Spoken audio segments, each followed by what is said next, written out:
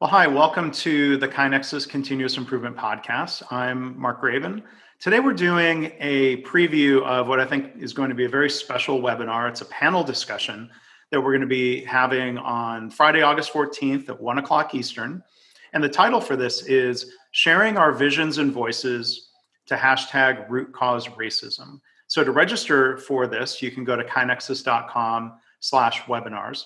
If you attend live, you'll be able to submit questions to our panelists. And if you miss it on the 14th, you can, of course, listen to it in our podcast feed, or you'll be able to watch it on our YouTube channel. And so speaking of those panelists, we're joined today. She's not only a panelist, but she's really the organizer and my collaborator on all of this. And she's become a friend, Deondra Wardelle. Deondra, how are you? Doing well, Mark. Thank you for having me today. Well, sure. And before we talk about what we've done on the blog this week and what you've organized and really made into something special, can you tell the listeners and viewers about your background in continuous improvement? Because I know this is something that's a real passion of yours. Absolutely. So my background in continuous improvement is pretty extensive. I've worked in a number of different industries. Manufacturing, banking, retail. But I would say my favorite aspect or my favorite practice in continuous improvement is the Toyota Kata. And in recent years, as I have become more familiar with the Kata, first as a learner, and then as a coach, and then as a second coach, I began to see the connection of how we could use the Kata in all areas of life. And I'm heavily involved in volunteer work and working with nonprofit organizations. And I've been very fortunate to have the opportunity to take continuous improvement in the form of the Toyota Kata and share with those organizations and help them to improve their processes and develop people. And I think one of the themes of this week is connecting ideas like kata and root cause problem solving, or A3 problem solving, or lean, or however we're going to label it, Right. And applying that to ourselves, challenging our organizations, challenging society. So to talk about the theme and for the listeners, I just want to set a little context that I had invited Deondra. I was going to hand over my blog to her for the week. And I have this kind of tiny vision that, Deondra would maybe write a couple of blog posts and it would be great to get her perspectives. But boy, to your credit, Deondra, you've run with this, and with your leadership, this has become far more than I had ever envisioned. So can you share a little bit about the vision and what's come to be this week around hashtag root cause racism? Absolutely. So, one thing I do want to address is how big the project is. And it's a huge amount of work that has been accomplished in a really short period of time. Because when we first started having these conversations where you extended the invite to me to write a blog, from that moment until, the first blog was released, that was a span of about 3 weeks. And so, what I think contributed to that is I had been, as a result of what I have observed that had taken place in the country around, some of the George Floyd's murder and just other things around the Black Lives Matter movement, I was personally moved. And I've always been the type that, I have to do something. I have to do something to make, things better for those in my circle and in my community and ultimately in the world. And so I've just been wrestling with the idea of what can I do? And specifically, what can I do with continuous improvement? Because what we teach, no matter what the problem is, and especially the bigger the challenge, there is a way. We have tools, there are systems, there's ways to break these problems down and reach solutions. But the big piece is the collaboration. And I really believe in that expression, there's no I in team. And I remember when you asked about, writing the blog, one of the things I said, I want to get back with you because I want to bring some of my friends along. Right.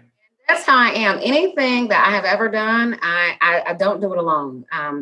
It's about community. And so the people who are participating in this project are just so dynamic. For one, they're subject matter experts within their field. of which they're writing and speaking, but not everyone has a continuous improvement background. People who were invited to participate are everyday problem solvers in the spaces where they work. And so I'm really excited to have people on there like Michelle Penix. We first met when we were in first grade, and we're raising our voices then about things that we saw as little black girls that just were not right. And we spoke up and organized little protests in elementary school. And then people like my first kata coach, Tracy Defoe. And it just means so much. And just, and the representation from the Women in Lean, my sorority sisters, the members of Alpha Kappa Alpha Sorority Incorporated, and then the members of Delta Sigma Theta Sorority Incorporated, the Divine Nine. And it's people of all age groups from all over the world. And it's a beautiful collaboration. And I'm hoping that, and I believe that one of the things that people will take away from this is the beauty that can happen when all of us who have differences come together, we talk about what it is we don't understand, and we work together and we produce something beautiful. Yeah. Yeah. And there's been, this fantastic series of blog posts that people can find at leanblog.org/root cause racism. And, we're touching on education and healthcare and government and the arts and, business and community. So, yeah, there's been generally 3 posts every day.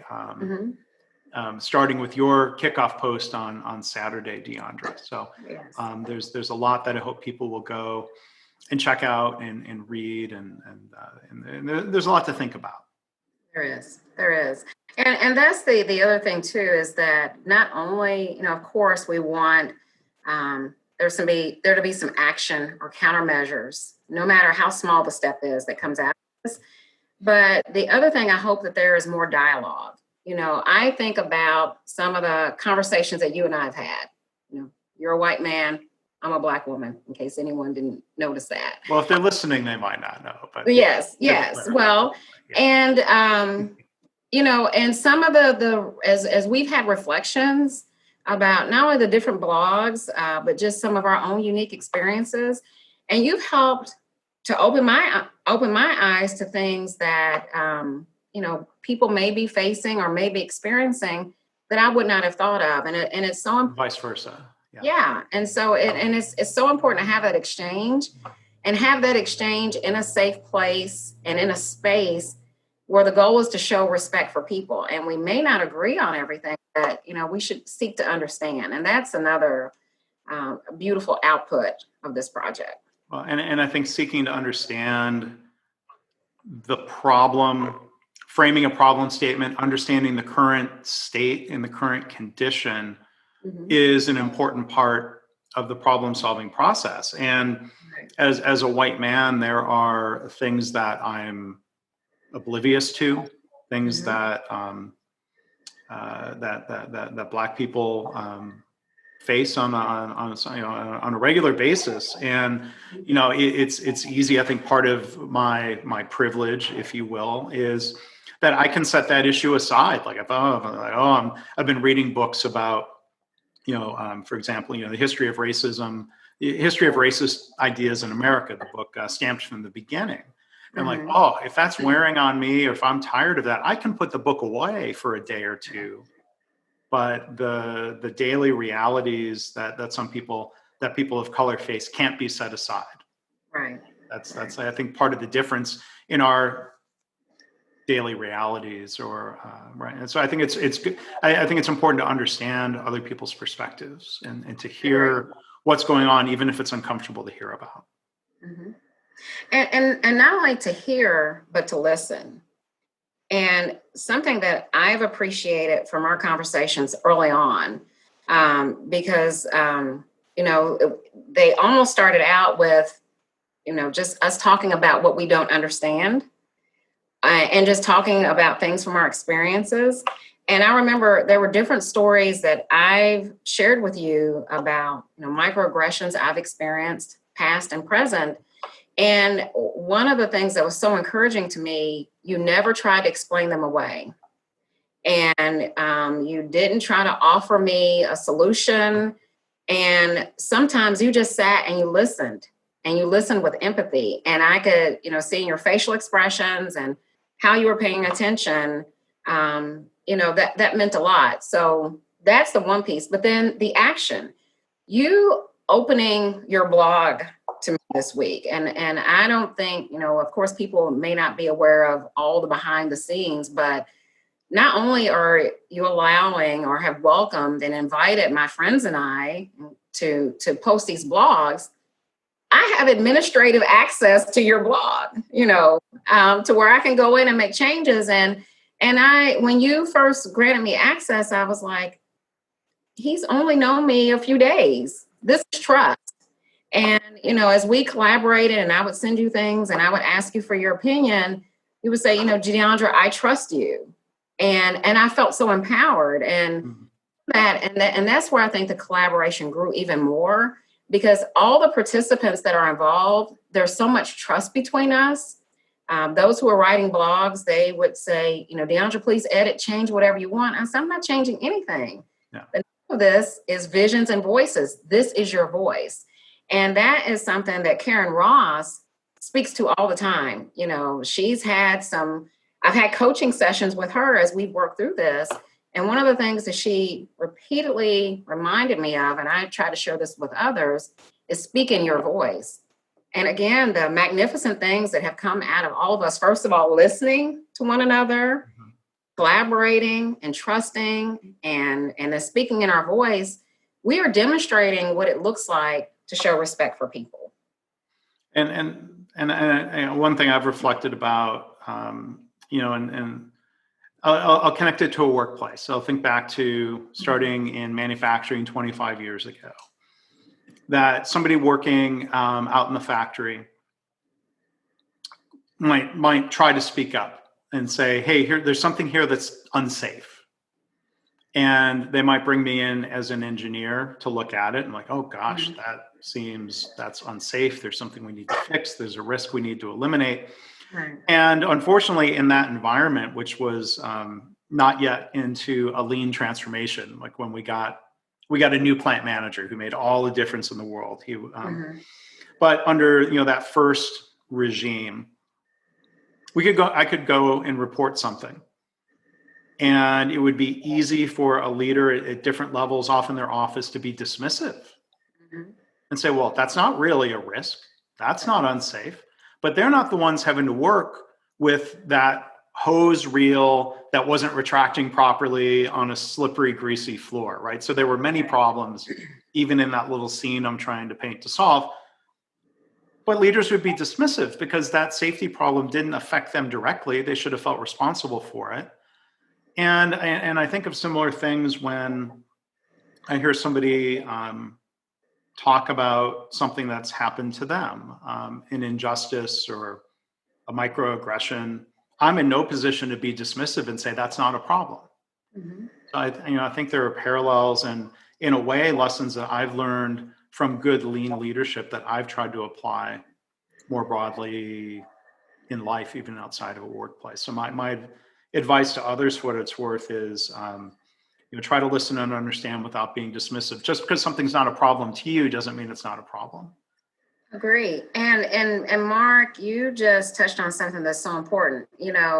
We think of lean practices, lean leadership applying in workplaces only, and those are important. But look at what we experience as we work with organizations, taking them through lean transformations. I think about companies I've worked with in my past life, where they may have completed an employee survey and where the employees are transparent about what they're experiencing, the safety challenges, where, the equipment needs that they have, and just fundamental things that's needed to do the work. And leadership would be dismissive. Oh, that's not true. And I'm like, how do you know? And on the flip side, working in environments where you do have a lean leader that takes the time to listen and does, the fundamental things, go see, ask why, and show respect. Right. And, when you're working in a manufacturing environment and when that takes place, well, then the employees feel empowered, that one, and the other thing too, and I'm trying not to go off on a tangent. That's right. One of the things that I say is that the people who are doing the work, who are actually closest to the work, oftentimes the solutions, they have the solutions because they're dealing with it every day. Right. I think it's part of our nature to be creative and want to do things better and want to be successful. And so oftentimes when there's a problem, I want to go to Gemba. I want to go see who is closest to the process, because typically that's where the solution comes from. Yep. They already have an idea of what should be done. It's just no one has listened to them. And the more you engage and involve those people, then that's when things can, that's when you truly see that transformation taking place. The improvements that are being made are sustained because those who are closer to the process feel ownership and they feel empowered and they feel trusted. And then when you have that partnership between leader and employee, or leader and staff, and there's the trust, and you're following these things that we teach in Lean, that's when you see not only the bottom line increasing, but then you see talent being developed and more engaged and people being motivated. And then take that outside the manufacturing walls to what's going on in our homes and in our communities. The same can apply. Yeah. Go see, ask why, show respect. Yeah. 6 words, 6 very powerful words. Yeah. And there's going to be a lot that we'll discuss, and we're going to hear from a lot of different perspectives again. Friday, August 14th, 1 o'clock Eastern. And the scheduled panelists are, of course, Deondra, Karyn Ross, as she mentioned, Crystal Davis, Dorsey Sherman, Tracy Defoe, who Deondra mentioned, Bella Engelbach, Kimberly Green Goldsboro, and Debbie Sears Bernard, and Elizabeth Swan. Yes. And I'll be there as a moderator, but my role is to tee up our 9 panelists. It'll be Brady Bunch plus 1. Yes. There's going to be a lot to discuss. And again, I would encourage people to come watch and add questions into the mix. And again, KaiNexus.com/webinars. Deondra, to wrap up, is there any other thought that you'd want to share? Maybe just kind of along the lines of why this panel discussion is important to you, and or why you think it's important for others to come and attend and think and participate. So, thank you for, again, having me today, and thank you again for just this entire opportunity. What I want people to understand, and what I hope they see from the panel discussion, whether people are familiar with the continuous improvement, Lean Six Sigma, A3 thinking, Toyota Kata, what have you. What I want everyone to understand is that we have some major problems that we have to address. And specifically along the lines of racism. Racism in this country, it's rooted into the fiber of every aspect of how we interact. And it's over 400 years that these systems have been in place. But just because that's been the case doesn't mean there's not anything we can do about it. And I don't know that in my lifetime that I'll see racism totally eradicated. But what I do hope is that we're a little closer to our goal of making things better for everyone. And sometimes we can get so overwhelmed thinking about the big goal or the big task that needs to be accomplished. And I just hope everyone will take away at least one small step they can start doing. And my one small step may be different from your small step. My one small step may be reading a book, or my neighbor who looks different from me that I've never talked to in all the years that I've lived in my home, saying hi to them when I go check my mail, or getting involved in a protest, or writing a letter, or registering to vote. Whatever your one small step looks like, I hope as a result of experiencing these blogs and listening to the amazing dialogue that I know we're going to have on the webinar, I hope that people are able to take away that one step and not stop there, but then figure out the next step they can do and the next step to get us closer to a world without racism. And I guess in the context of Toyota Kata, we have a challenge. Mm-hmm. but we can set a target and think about our next steps or our next experiment, and how do we evaluate that, and are we moving closer to our ideal state, right? Absolutely. Absolutely. So thank you, Deondra, for all of your efforts this week, and for collaborating on this, and for doing the panel. So again, we've been joined today by Deondra Wardelle. If people want to learn more about what you do, can you share? I guess people can find you on LinkedIn. You've got a web page. If you want to mention that, maybe real quick. Sure. So you can connect with me on LinkedIn. It's Deondra R. R stands for Rhoda, named after my great grandmother, Wardelle. And then you can also find me on my website. It's www.tn1.com, which stands for on to the next one. Yeah. So I hope people will go check that out and learn more about you and interact with you. And again, looking forward to the webinar, and who knows, whatever collaborations are going to follow beyond that. Like I'm thinking about, Friday, the 14th here being the end of this week, but in a way, I think it's just the beginning of ongoing discussions and collaborations, right? I agree with you 100%. And the other thing too is, once I call you friend, that's it. You're stuck with me for life. Good. All right, thanks, Deondra.